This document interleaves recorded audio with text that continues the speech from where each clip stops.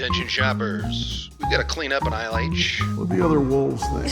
A true crime cleanup on Aisle H. Diabolical. Starting now. Oh, he's telling you that she's bats. Howdy, Holtheads. Kurt Money here, alongside my co-host, Kateline. and we are here to discuss an episode of the excellent show that I've been peeping a lot of lately. It's called Accident, Suicide, or Murder. Kateline, have you ever seen this show before? Have you partied with this? No. I know I've texted your ass about it a few times. You have. I've never watched it. Yeah. Okay, all right. Gonna read the description, which I have not looked up yet, so hold, please. Here we go. This is Behind the Locked Door, airing May 9th, 2020. A young woman is found in her locked apartment with multiple stab wounds. The medical examiner classifies her death as murder, but the cops say otherwise. What did you think of this show? What did you think of the episode? Give me your thoughts. This show really pissed me off. This case pissed you off, right? Well, I've only seen the one episode, so I don't really know if the show itself is like this every time. But I felt like it was 20 minutes worth of content stretched. You weren't fascinated with this case? You weren't up in arms? I was. Like I said, this case really pissed me off because I can't believe what happened. But for a huge chunk of this episode, they just kept saying the same thing over and over again. Boy, I gotta disagree with you. One, this case absolutely pisses me off. I almost didn't pick it because I got so mad last week at the fake-ass show. This entire story's fucking bullshit, Kate. None of it's real. Are you serious? None of it's real. As a matter of fact, Holthead hit me up and was like, "Ooh, was Kurt Money pissed?" I said, "What's up? You didn't buy that crap, did you?" And she said, "No, I didn't. But I thought we'd do this one." I feel like they kept going back to the city, and the city was like, no, we're the Commonwealth. F*** you. We do what we want, and we're not going to do what you want. But not for you, Kate. You think there are a few facts in here, and that's it. Yeah. I think if this were an FF, I would have liked it even more. Well, of course. That's a given. Yes! I was watching this, and I'm going, okay, I remember this, because I remember being so pissed, and I thought for sure it was a Dateline, but I Googled it. It wasn't a Dateline. It was a 3-part special on Hulu called Death in Apartment 603, Who Killed, or like what happened with Ellen Greenberg. But it was one of those ABC News Studios, and it was a 3-parter. Okay. Now, I thought maybe you had peeped that, and that's where I sent you the 911 call. That's what that was from. Okay. Because this show didn't friggin' have it.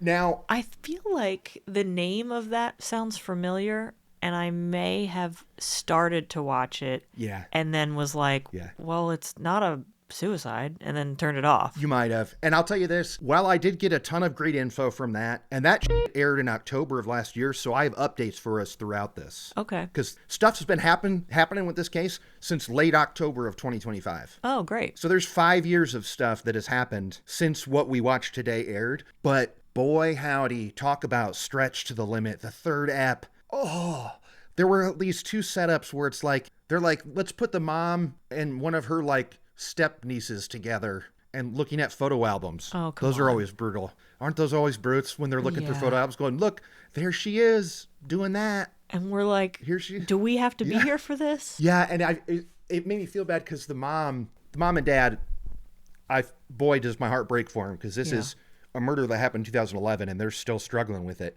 What, murder? Oops, I just spilled the beans on what I think. Out of the 3 it is. We should get started. Okay, Kate.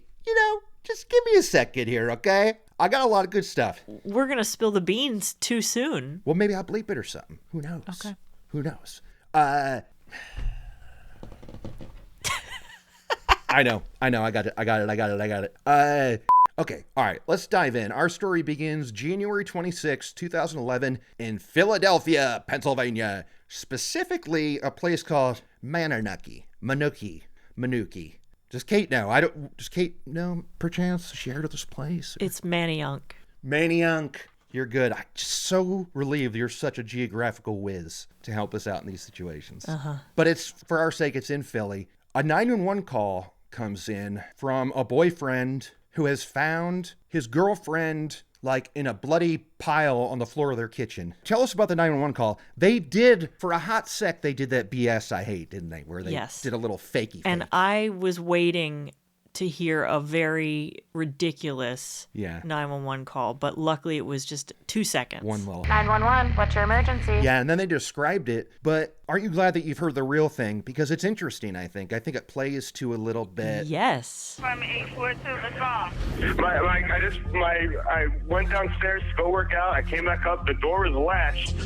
My fiance's inside. She wasn't answering. So after about a half hour, I decided to break it down. I see her now just on the floor with blood. Like she's not responding. So tell us what you thought of the 911. Like, what happened in it? He says that he found his girlfriend, his fiance, Yeah. and he tries to give CPR or something and then realizes, Oh my God! She stabbed herself.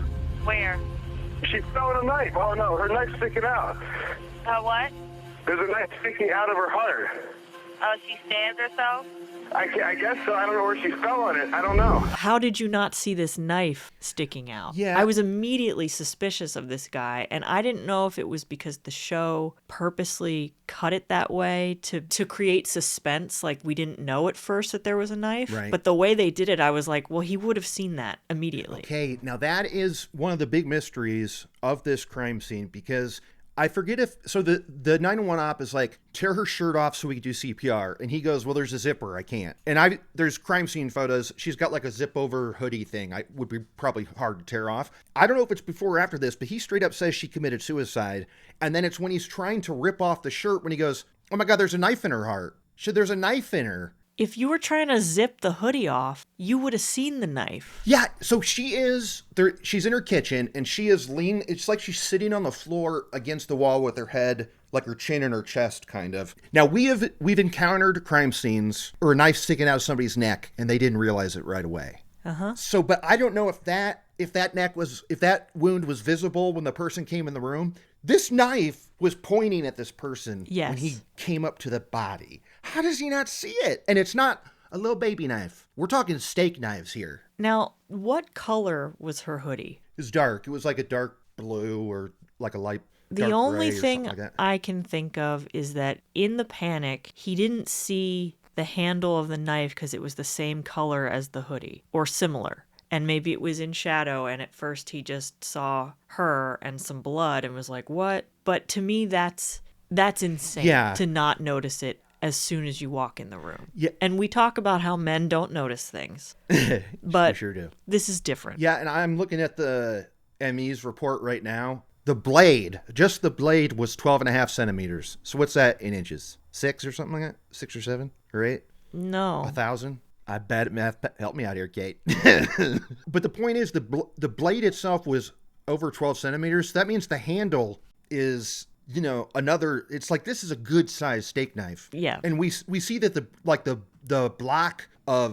block that held all the knives was knocked over, and there are other huge knives rinsed in the sink. Okay, so the guy waits for the cops to come. And the crime scene investigators discover that there are multiple stab wounds. Now, right now, The investigators observed there were multiple stab wounds to the upper part of her chest. and the bummer here is that the parents could not come to the scene. They get word that their daughter had died. And they were told straight up it was a suicide, I think from Sam, right? When Sam would talk to family members, he would say she did it to herself and stuff. But the parents couldn't come to the scene because there was a nor'easter that had just happened. Remember the last time we had a nor'easter was with friggin' Karen Reed. Talk about getting pissed and stuff. Yeah, they're snowed in Harrisburg, and they can't do anything. So is Harrisburg in Pennsylvania? It's the capital of Pennsylvania. No, it's not. Yeah. No, is it really? Mm-hmm. Boy, fourth grade Kurt is so disappointed in me right now. I know all my states and capitals, Kurt. Yeah, cool. Good, honey. And now is when we hear the background on Ellen Greenberg. She was 27. She was a first grade teacher. She was engaged to a guy named Sam. And I loved this because one of her friends that we talked to that she went to college with said the straight up classic line, didn't she? She did. Ellen definitely lit up a room when she came into it. I mean, it was almost word for word the thing. I definitely rolled my eyes. But Same. I will say, Same. we see tons of photos of Ellen, and she has a very noticeable smile. She sure So does. I actually believe it now more than I would typically. That, Yeah. like, the first thing you see She leads with those teeth. She was And we're very seeing, pretty. We're seeing top and bottom. We're seeing top and bottom of the teeth. Every and tooth. they were nice too. They were perfect. I was like, Kateline, who is very picky about her teeth, I was like, she's got some pretty good chompers in there. Yeah, they were great. Yeah, but she was very pretty. She had met her fiance Sam through a mutual friend on a blind date. Tell us about their courtship and stuff. Well, according to their friends, they were just such a great couple. They were such a good match. The one friend said that there was never like an awkward dating phase. They were, the night they met, they were just on from that moment. And it was just, nobody had a bad thing to say. No, and they had dated, I think, for 2 years, and then he proposed on a trip to California. And they had, I think it's like a week before this, or 4 days or something, they had just sent out the save the dates. We see the actual save the dates for their wedding. At the scene of the crime, Sam talks with the detectives, and he tells them that he had to break through the door because it was locked. Now, we see pictures of this, and this is one of the things that you know, no doubt think they repeated a bunch. Yes. When they say the door was locked, what did that mean? It means that it wasn't the deadbolt or the regular door lock. It was that crossbar that is often in hotel rooms or big apartment complexes. And they did kind of call it that, actually. It's like also like the solid bar, but sometimes it's like the chain. Yes. It's just that extra lock. They called it a latch. Mm-hmm. You can see a picture that it looked like it was busted off the door, like Sam had broke through the door. Now, the cops hear this, and he had texted her, and that other doc showed us all the texts. They kind of repeated them here. They did a lot of showing the actual bubbles. But do you remember what his vibe was in his text to her when he's like, because he had gone to work out, right? He was only gone for like 40 minutes. Yeah, and when he got back, he couldn't get in, and he was pissed. He was not like, hey, are you okay? He said, like, are you okay? But then when she didn't respond, he's like, I swear to God. Yeah. You better have an excuse, he said. You have no idea. You have no idea. What are you doing? I'm getting pissed. Hello? You better have an excuse. What the You have no idea. You have no idea, like, the wrath you're about to face? Like, what is that threat, Sam? Yeah. Like, what's he... Now, he's about to get some bummer news when he gets in there. But what's he thinking? She's in the shower and she accidentally locked the door on him? Like, he is friggin' pissed right now. That's a red flag. It is. And she had just started going to therapy and had just started taking Klonopin and Ambien to help her sleep, and Klonopin's for, like, antidepressant. Now, I looked it up because the stuff I take takes like a month or two to kick in, but Klonopin's pretty fast acting. It's like takes an hour. It's like one of those quickies. I was actually pretty surprised to hear that that's what her doctor had given her. That doesn't feel like the first or even second step one would take. Yeah, I mean, I guess so. Like, her mom had visited 2 weeks before, and she was in good spirits about the wedding, but through December and January, she was extremely stressed out because of planning the wedding, and also because of grades and work at school.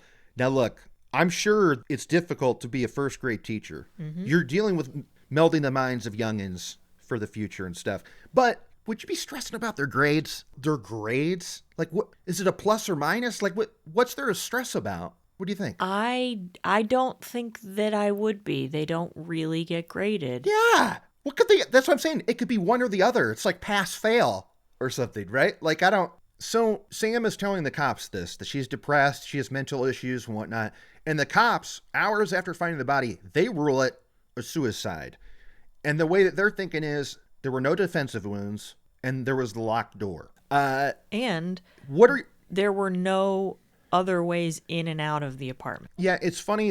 One of the guys we talked to says there were no footprints outside the balcony. But to me, 603 is on the 6th floor. Is that not how it works? Like, one, it was snowy as hell, but would there be, I mean, if there were footprints, someone had to have jumped from another unit, right? Yeah. Like, this wasn't like a roof entry situation. No. Or like a ground floor No. type of thing.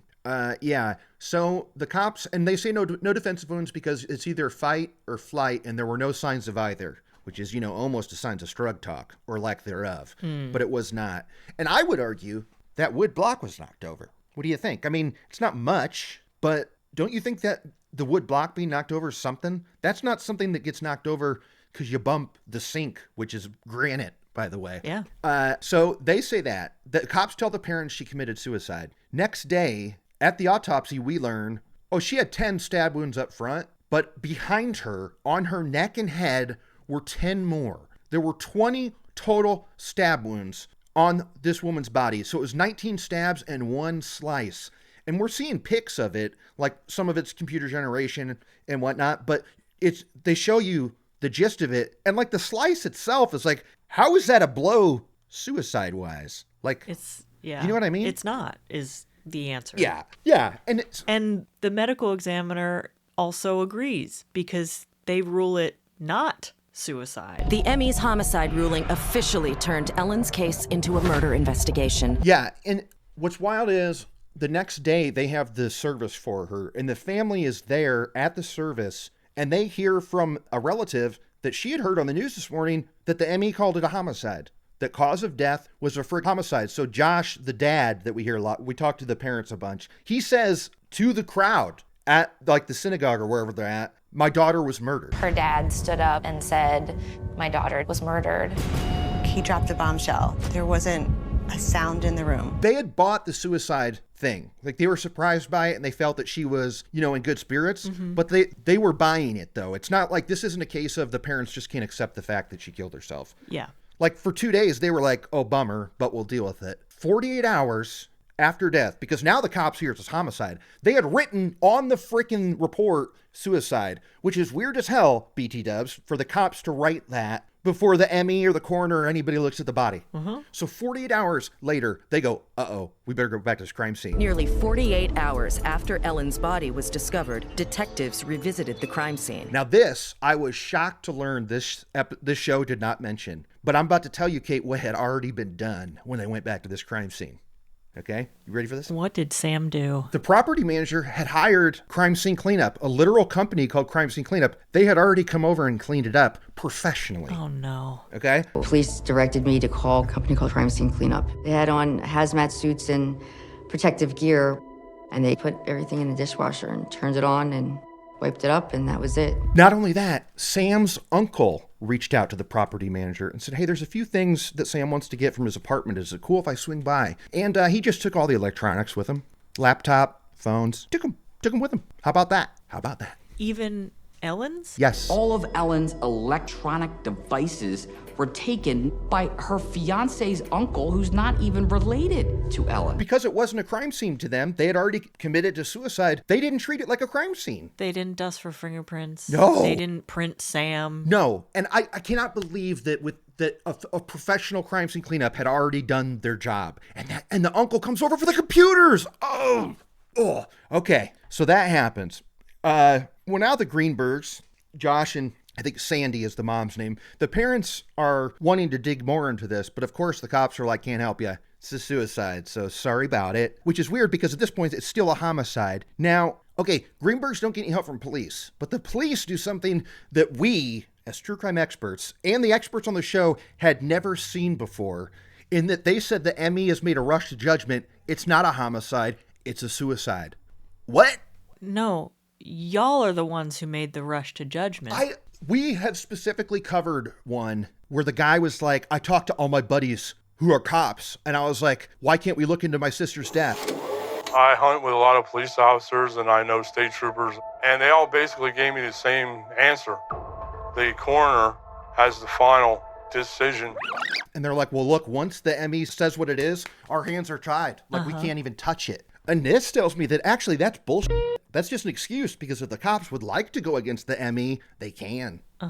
What do you think, Kate? Well, this seemingly smells like the kind of corruption that would happen if the murderer was a cop and they're trying to cover up for one of their cop buddies. That's not the case here, but that's the kind of shady stuff that's going on. I think they just want to cover up the fact that they up real bad. Yeah, I think like the corruption they're covering is not nefarious, it's laziness and stuff that they released it so quickly. They are embarrassed to all get out that they said, yeah, you can go ahead and clean up. Yeah, you guys do whatever you want with the scene. This body that has a bunch of stab wounds and a steak knife sticking out of her chest, yeah, this is no worries here. Do whatever you want. I think that's what the entire rest of the episode is going to be clouded by, is that they do not want to admit that they did something wrong there. Yes. And so this is the problem I had with this specific episode. That for the next 20 minutes of the show, it's just talking about how this wasn't a suicide, but they keep saying it is, but it wasn't. But they say it is, but it wasn't. You're correct, but it's not just opinions, though. they're taking it to like the DA. Yeah. And like they're taking it to the Philly Supreme Court or whatever. Like these are official things. It goes back and forth for real. Yeah. But we don't need to hear all that. Okay. FF would have been like, there was an argument back and forth, but this is what it was. Right. And now, I guess it's not fair to compare everything to FF. Yeah, look, I'm not going to stop you. But I felt like this was just too in the weeds, where it's like, I don't care where you filed what and who said what and what. We know there's a discrepancy. We know. Move on. Okay, are you going to be bummed to find out that that's exactly what we're about to do for the next 20 or so minutes is get in the weeds? We're about to talk about it, Kate. I mean, I'm sorry. That's what the ep is. That's what I'm dying to talk about. I mean, we can't just go ep over. It's not a suicide. I mean, this is way more fascinating than that. All right, buckle up. Oh, boy. Okay. Sure was damp today. We find out also the cops are like, all this stuff, blah, blah, blah. Also, only her DNA was on the knife. There were 2 clean knives in the sink, which is what I would say to them. So, I mean, perhaps if this was a murder by the fiancé, perhaps he put her hand on the handle of the knife and washed all the other ones. Like the 2 knives that were washed in the sink. Also, it's their knives. Of course her prints are going to be on them. Yeah, well, their point is that Sam's weren't. And I just think he wiped them. He friggin' wiped them. Or, yeah, I mean, look, did they fingerprint him? They never mentioned it. No, there's no talk of prints, but this is strictly DNA. Her DNA was on there. His was not. So I guess that's better than fingerprints? What do you think? But what kind of DNA? Yeah, who knows? Could it be the jizz kind from the other day? From the other ep? Criminalists would often bring their own seminal fluid to the lab. Whenever they say that, I'm like, well, right, but what was on the knife that provided the DNA? Yeah, I don't know. You don't just touch something and leave DNA. That would leave printing. Unless you have a bodily fluid of some kind, like saliva. Well, there's touch DNA. There's touch DNA. But isn't that like sweat? No, I think it could be like, the invisible stuff. Like how skin sheds, like the stuff you don't see, I think. I definitely don't think they dusted, and I don't think they took his prints. I think they took the knife and put it in a little baggie and sent it off for DNA results, I think. I thought that touch DNA wasn't real, or there's a debate about it. I don't know. I mean, we can go to the Goog if you want, but it's just going to lengthen this process. Can we go to the Goog on this one? Okay, let's see. To the Goog. Is touch DNA real? Yes. Touch DNA or trace DNA is a real and widely used forensic tool referring to minute amounts of skin cells, saliva, or other biological material left behind when someone touches an object. Okay. So I think it's real, and I think we're both right that it could be saliva, but it could be saliva or sweat or just literally like secretions from your hands. Yeah. So 3 months after the cops are like, Emmy, we think you should go back. The Emmy does, and they say, okay, actually, it is a suicide. It's officially a suicide. And now's when the cops get to say, well, it's been ruled a suicide. We can't touch it anymore. Case is over. Closed. Yeah. That's a wrap. There's no case to behold. Sorry, guys.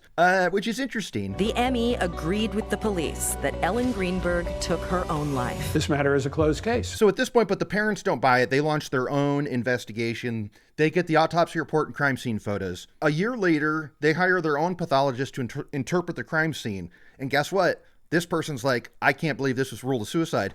Mostly because there's 20 stab wounds, half of which are behind her. Yep. So I don't, like you're saying, there's all these details of why it should or should not be ruled this or that. But just on the surface, in what world would anyone, let alone a woman who we know would usually take pills or something like that? Yeah, they even say when women commit suicide, it's typically pills or what was the other one? They said 2 different. When women commit suicide, it is oftentimes by other mechanisms, hanging, overdose of medication. It's not typically violent in nature. No, and honestly, in my experience as a true crime expert, if we're using a knife, it's to slash your wrist. Yes. It's not to stab yourself with a 12-centimeter long blade into your heart, also the back of your neck. Like, let's say the meds made her flip out and made her suicidal. What made her go 10 times, boom, boom, boom, boom, chest,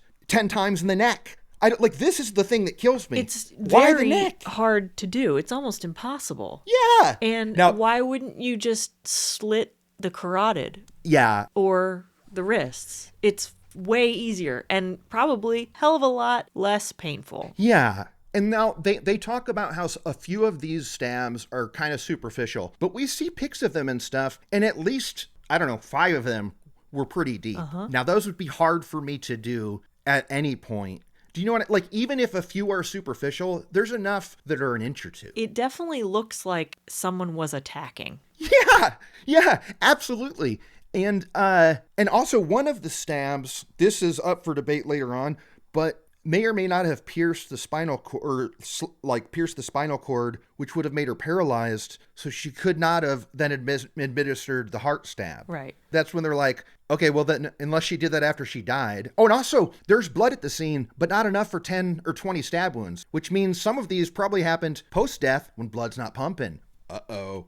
Just more proof. Or it had also been cleaned up because she was found with a towel in her hand. Great point, Kate. She was found with a friggin' towel. They thought maybe whoever did this cleaned up, washed those knives in the sink, staged her sitting up like that, and put the towel in her hand. Yeah, and the towel wasn't covered in blood either, so I don't... Yeah, actually, nothing that we've talked about yet has made me think it could possibly be suicide. Has anything been said yet? No. None. Right? Nothing. And you could say, well, guys, the door was locked from the inside. No, it was the friggin' latch. And guess what? They even say, go on YouTube, there's a billion ways to do it. You can use a hanger, a credit card. And this is what I was thinking when I was looking at the pictures, going, that's not a fail-safe way to say the door was locked, dude. They sell mechanisms that women can buy for when they're staying alone in a hotel room that makes it so that bar can't be opened from the outside. Really? Because they're so easy to open. Interesting. Great point. Okay. Ellen's parents refused to accept the new ruling, so they launched their own investigation. So they try and meet with officials. They're going, hey, our experts say this. Can we talk about it? The city says nope. Or the Commonwealth. This is another Commonwealth situation. They're saying nope, we don't want to talk about it. They reach out to Tom Brennan, the former detective. I like this guy. Now, you wouldn't know this because you didn't get to see him walking around. He had a real vibe of a late stage Mickey Rooney, where he was like a round ball, red-faced man, like... A red-faced man. Yeah. And just roly-poly. He should have his heart checked. His heart's going to explode any day. Yes. And hey, this was 2020, so who knows, man? Mm-hmm. Who knows how he's doing? Actually, okay, wait, yeah. Okay, forget it. Okay, they talked to the former Philly ADA, Guy DeAndrea. I kind of like this guy. And this is a great point that I think if we're going to repeat stuff, we should repeat this more often. There was a line of blood dripping. There was a line of blood from her nostril to the back of her ear. Now that means she's sitting up. So how does a blood drip from the nose? This is yet more support. She was bleeding on her back and she was propped up to stage the scene. Yeah. There was a straight line of blood that ran from the nostril to the back of the ear. There was no drag marks. Which is interesting because he's the former ADA. He's technically supposed to be with the cops. Yes. And even he's like, nah, this doesn't make sense. And there was a point where he knew he was leaving and he was like, okay, this is the last time I'm going to have the legal right to do this. He wanted to keep the ball rolling when he left. He was so adamant about this. And I thought like, okay, let's play devil's advocate. What if her chin is on her chest and it was actually dripping from her ear? But they said it went to the back of her ear. That to me says it was nostril to back of the ear. That's from laying down. That right there is proof, I think. Yeah. That's something I need the cops to say, well, that's not true because of this. And of course they don't. They don't. No. Okay. Tau, we did that. That was a boom. No luminol test. Yep. Did that. Okay. Now, okay, wait. We talked about that too. We're cooking, Kate. We've only got 7 more points to talk about. You should be thrilled. 6 years after death is when a portion of the spinal cord is examined by an outside source. And the counter that the Commonwealth has is, well, our forensic pathologist said this. So all they want to do is, okay, show us the proof from this forensic pathologist. And so they contact her because they can't find proof of it. And do you remember what she says to them? She has no memory whatsoever of this case and has no notes from it. There's no record that this autopsy was ever even completed. Yeah, and they phrased it in a way that I thought they were saying like she did it and didn't get paid for it, which is also true.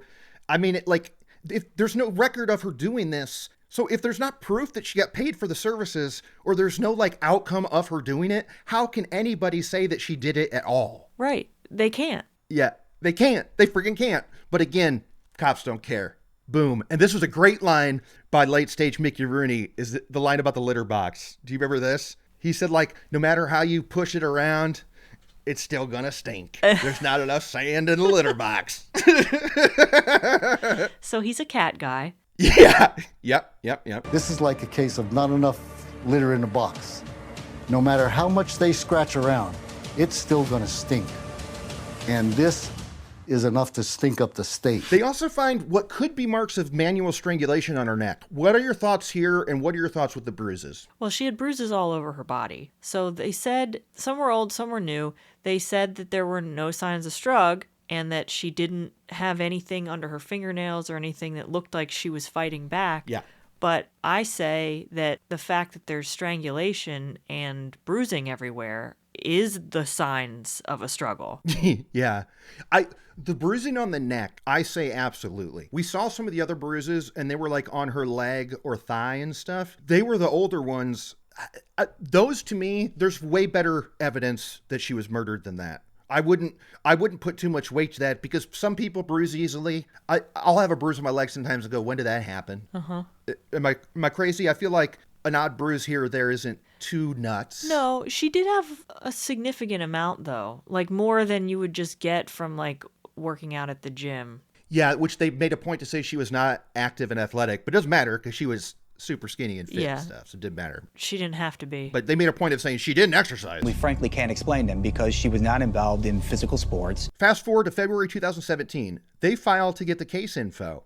Denied. Now, why would they be denied? So it was denied, but they say, you know what? They literally say this. They go, we know this must be so difficult for the parents, so I'll tell you what.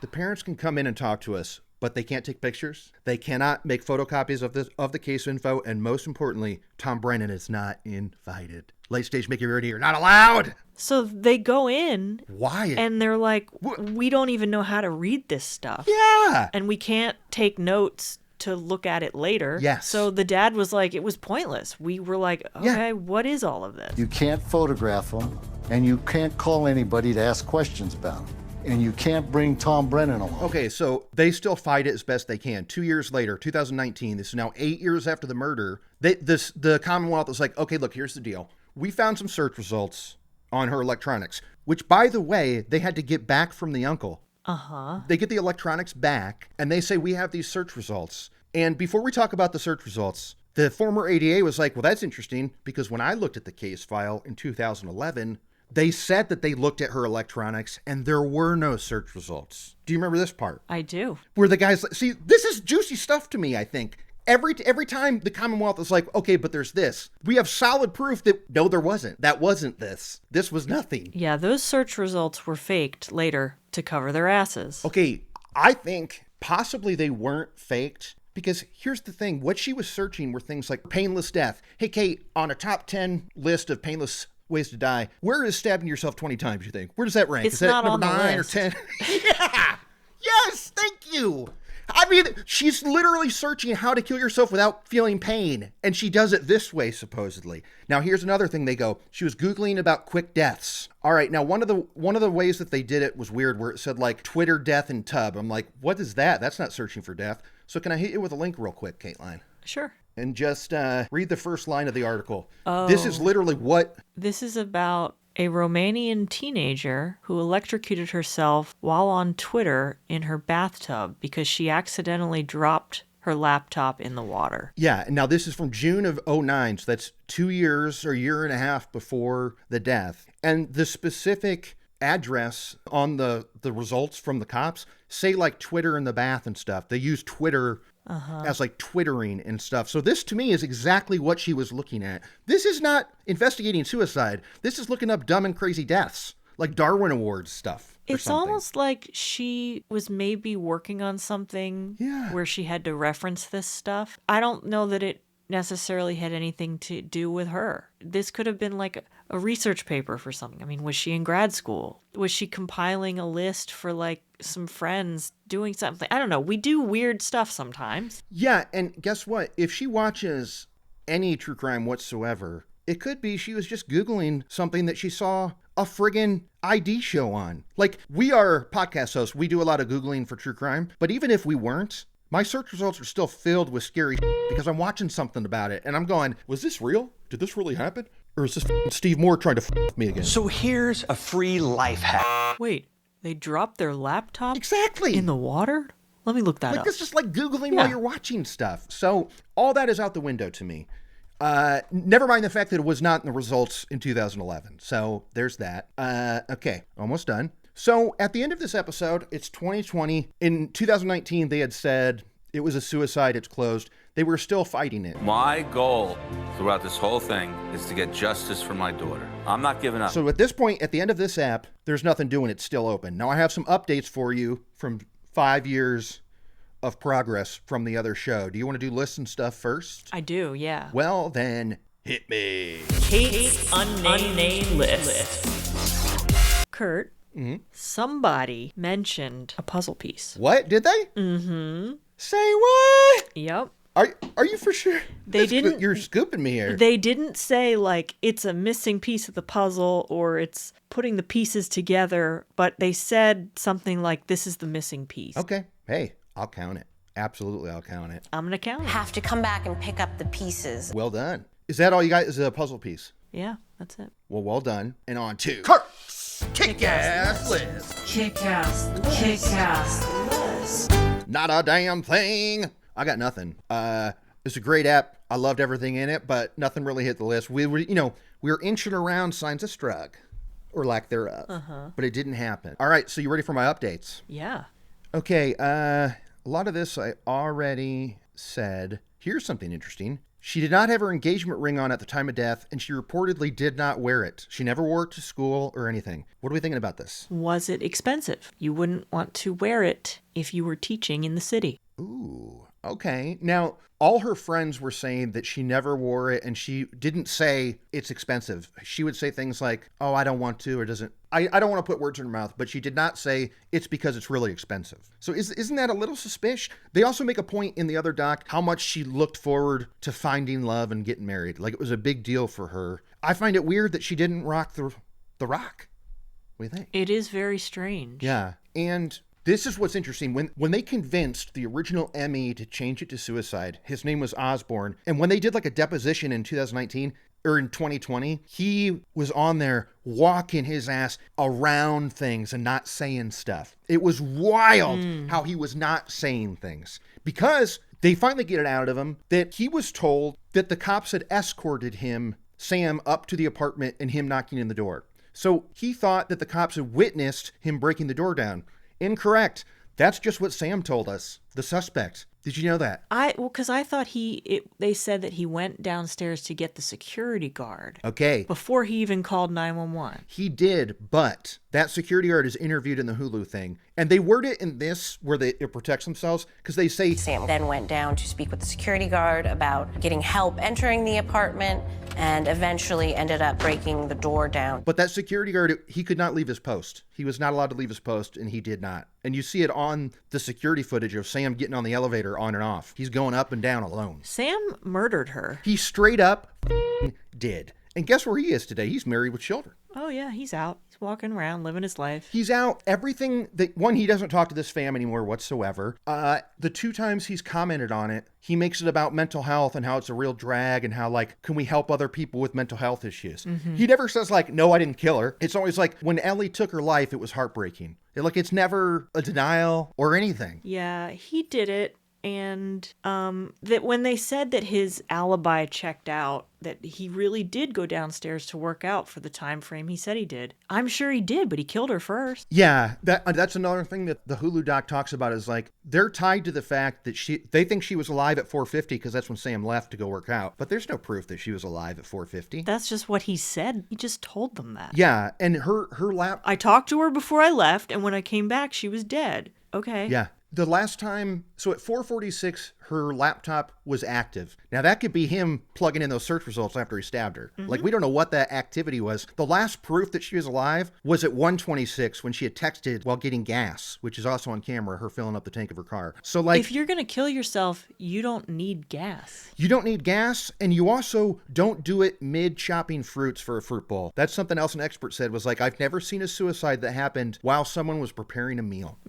Great point. And so now they finally get this Emmy to say, okay, I guess now I have to think about it, knowing that the guy was alone. So he says he changed it to undetermined. So in February 2025, they go to trial with the Commonwealth. And instead of going to trial, they agree to open up the investigation again, which is what the parents wanted. Like, just look into this again. Yeah. But in the doc, they're going, it's 2.5 months later, nothing's been done. Doc ends, and the text on black at the end is, in October of 2025, the Commonwealth said that they ruled it's a suicide, and that's it. It's infuriating. And that's it. How? Yes. It's not. Yes. She was murdered. The only thing that I would allow in their column is that she does not have, like, there's no signs of strug on her body. That's the only thing I would give them. And I would say it's because she got stabbed too fast. And like when you get stabbed in the spinal cord, you're paralyzed. Yeah. So maybe she got attacked from behind. She did. Okay. She got attacked from behind and it stunned her and then paralyzed her. She fell to the floor. He stabbed her in the front and then propped her up. Yeah. This is so baffling and frustrating. And here's our only hope. Our only hope is, and hey, this might happen, is if Sam and his current wife divorce. And she comes forward. Yes. There's fight over custody or something. And she's pissed. And she says, you know what? He got drunk one night and told me this. Like, it'll be like, I did it to Ellen. I could do it to you. Right? Totally. We've seen that before, too. We're just waiting on that. They friggin' break up. And she spills the beans. They will. The other doc also had a coworker of Sam. And so all of our pictures were from 2011 because that's the only ones that the family had of him because they don't have contact with him. But we had one picture of him current day, and it was literally like they're working in the booth because he worked for NBC Sports, like in the broadcast booth. Or like back at the station and stuff where there's like 100 monitors. And it was just a picture of him from behind up at the board kind of thing. It was not a very flattering picture, but I wonder if he still works with them. From behind? What do you think? We can't even see his face? You see the side of his face. But I worked at Fox Sports with NASCAR, so I've been in those rooms and I've seen these kind of pictures that people post on Instagram where it's like another day, another dollar. You know what? I'm here for the game, whatever. Today's office. Yeah. Oh! A lot of that, Kate. A lot of that. And so that's what this picture was. And I couldn't imagine him going to work after this thing aired. Because he was saying that people are afraid of him. They all know about it. Yeah. Because of the articles about it. They should be afraid of him. He's a murderer. He straight up is. He straight up friggin' is. And you know what? If he had left the door unlocked, it could have been totally plausible that some other person came in and murdered her. But the fact that he locked it from the inside and then did all this weird timing, it's like he's incriminating himself. Yeah. And I would be more likely to believe that a random intruder came in or a neighbor and then than him if he had left it unlocked. God, you're right. Because it's not just that we agree that it wasn't a suicide. We agree that Sam murdered her because there's no other option. Like the neighbors saying that they only heard him trying to get inside. That's the only thing they heard. Well, that sounds like that could be the performative part where Sam's going, let me in, darn it. He's doing it extra You're loud right. so that the neighbors think, oh, exactly. He's been gone and she's not answering. Yeah, dude. Okay. Well, I mean, I should be more pissed right now, but I guess I'm like happy we both agree. And I know that you agree. I don't even need to ask that you're glad we dove into it. You're so glad we went in beat by beat. Your face says it all. All right. Is there anything you'd like to add? You want to recap the points real quick? We can just blow through them. January 26th, No. 2011. Okay. All right. Well, on that note, I'm Kurt Money. I'm Kateline. We should get started.